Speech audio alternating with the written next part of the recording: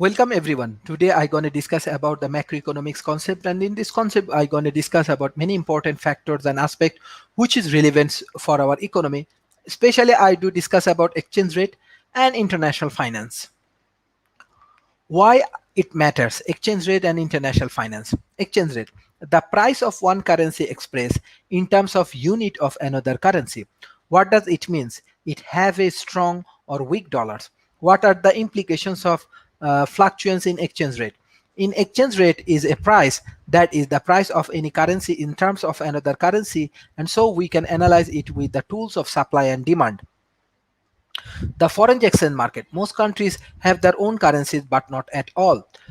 Sometimes small economies use the currencies of an economically large neighbors.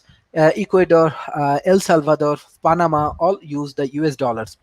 Dollarize means to use the US dollars as their currency. Sometimes national share US currency such as the euro. The market in which people or firm use one currency to purchase another currency is called foreign exchange market. Every exchange rate is a price. The price of one currency expressed in terms of unity of another currency. The key framework for analyze price is supply and demand. The extraordinary size of foreign market. The quantitative trade in foreign exchange market are taking. Survey done in April 2013 by the Bank of International Settlements founded that $5.3 trillion per day was trade of foreign exchange market. This market, the foreign exchange market, the large market in the world economy. In contract, 2013 US real GDP was $15.8 trillion per year. So currents and percentage daily shares: US dollar 87.6%, Europe 31.3%, Japan yen 21.6%, British pound 12.8%, Australian dollar 6.9%, Canadian dollar 5.1%, Swiss finance 4.8%, Chin yen 2.6%. The demand for dollars come from US export firms seeking to convert their earning in foreign currency back into the US dollars.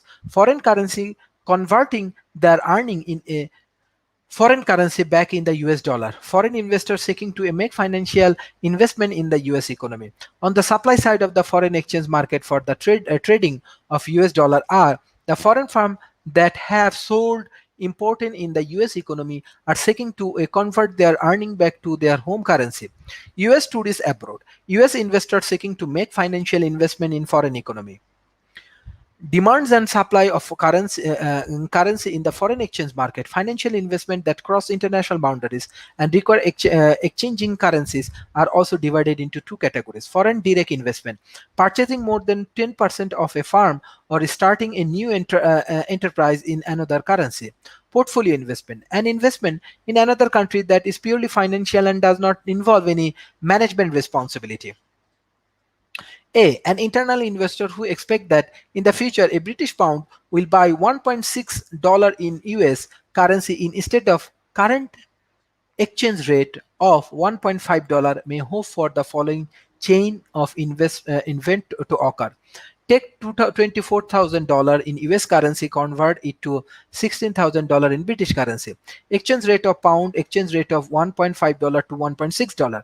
New convert $16,000 a pound to $25,000 and earn a profit of $1,000. An international investor who expect that in the future a British pound will buy only $1.4 in US currency instead of its current exchange rate is $1.5 may be hope in the following chain of event to occur.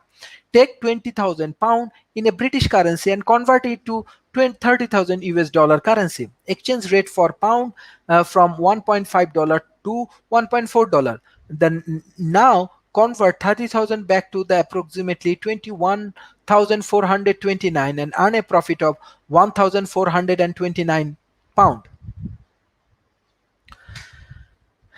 Demand and supply lineup. Demand for the US dollar comes from a US exporting firm that earns foreign currencies and is trying to pay US based expansions. foreign tourists visiting the United States, foreign investment who wish to make direct investment in the US economy, foreign investor who wish to make portfolio investment in the US economy. Supply of the US dollar come from a foreign firm that has a solid important good in the United States, earn US dollar and is trying to pay expenses incurred in its home country. US tourists leaving to visit other countries. US investors who want to make foreign direct investment in another countries. US investor who want to make portfolio investment in other country. Participant in the exchange rate market. The foreign exchange market does not involve the ultimate suppliers and demand of the foreign exchange literally seeking each other out. The foreign exchange market works through financial institution and it appears on several levels. Most people and the firm who are exchanging a substantial quantity of the currencies go to a bank. Most banks provide foreign exchange as a service to customer. This bank, known as dealers, then trade the foreign exchange. This is called the interbank matter. Strengthen and weakness currency. When the value of a currency is rise, the exchange rate is described as appreciating or strengthening. When the value of a currency fall, the exchange rate is described as depreciating or weakening. In looking at the exchange rate between two currencies, the appreciation of strengthen or of any currency must mean the depreciation of weakening of the other. Strengthen and weakness currency. With the price of a typical good or services, it is clear that higher price benefit sellers and hard buyers, while lower price benefit buyer and hard sellers. In the case of exchange rate, it is useful to track through how different participations in the market will be affected by a strong or a weak currency. For a US tourist abroad who is exchanging US dollar for foreign currencies as a necessary, a strong US dollar is a benefit. Strong dollar injures the prospect of a US financial investor who has already invested money in another country. Strong US dollar boosts the returns of a foreign investor putting money into a US investment. Demand and supply shift in foreign exchange market. The foreign exchange market involve farm, household and investor who demand and supply currencies coming together through their bank and the key foreign exchange dealers. One deserves to demand a currency on the foreign exchange market in the belief that the value of the currency is about to license. One reasons to supply a currency is the expectation that the value of the currency is absolute to decline. In the foreign exchange market, supply and demand typically both move at the same time. Group of participations in the foreign exchange market like firms and investors include some who are buyers and some who are sellers, and expectations of a future shift in the exchange rate affect both buyers and sellers, that is affect both demand and supply for a currency. Different across countries in rate of return. The motivations for investment, whether domestic or foreign, is to earn a return. If returns of rates of return in a country look relatively high, then the country will tend to attract funds from abroad. Conversely, if rate of return in a country look literally low, that then fund will tend to fill to other economy. Change in the expected rate of return will shift demand and supply for a currency. Since a national central bank can use monetary policy to affect its interest rate, a central bank can also cause change in exchange rate. Relative inflation. If a country experiences a relatively high inflation rate compared with the other economy, then the buying power of its currency is eroding. The trend to discourage anyone from wanting to acquire or to hold the currency. The growth show an example based on an actual episode concerning the Mexican peso. Purchasing power parity. Arbitrage, the process of buying a goods and selling goods across border to take advantage of international price difference. Purchasing power parity, the exchange rate equalize the price of internationally traded goods across countries. One reason to demand a currency in the foreign exchange market is the belief that the value of the currency is about to increase. The purchase power parity exchange rate has two functions. PPP exchange rate, one often used the international comparison of GDP, other exchange statistics. Exchange rate will often get closer and closer to all the times.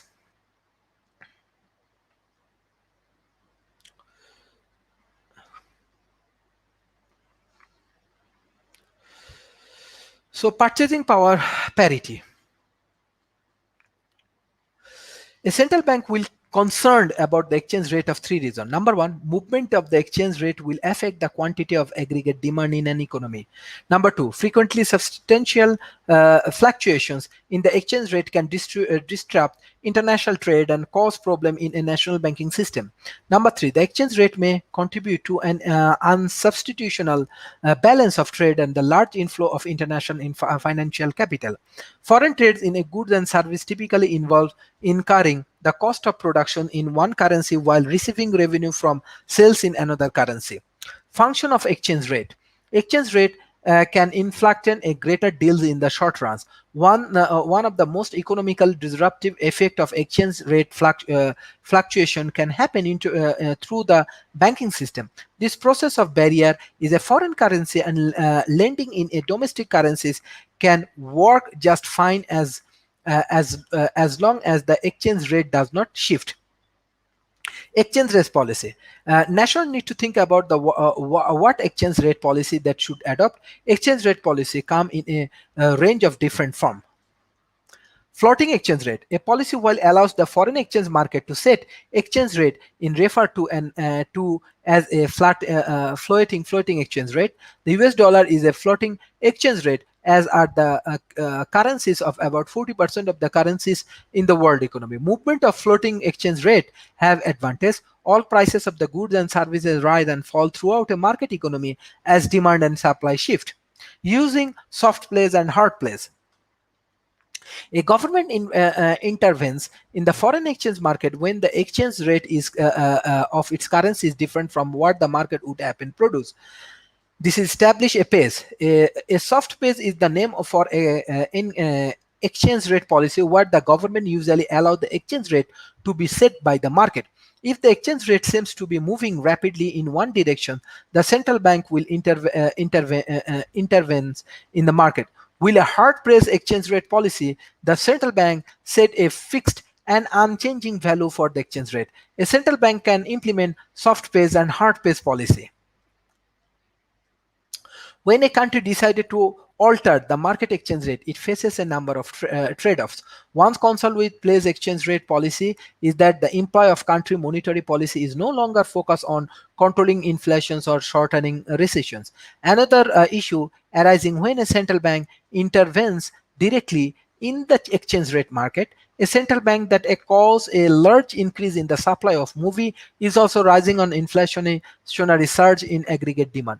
Another issue is that when a government pays its exchange rate, it may unintentionally create another reason for additional fluctuations. Merge currency. A common currency share with one or more nations. A merged currency approach eliminates foreign exchange risk and other. The merged currency also poses problems. A merged currency means that a nation has given up although on domestic monetary policy and instead has put its interest rate policy in on other hands. There is no consensus among economists about exchange rate policy are best. Floating, soft place, hard place, merged currency.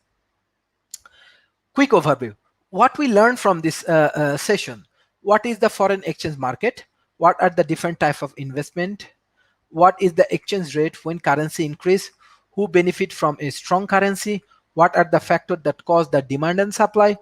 What is arbitrage and importance of purchasing power parity? How do changes exchange rate influence aggregate demand and supply? What is the difference among a flotation exchange rate, flotation place?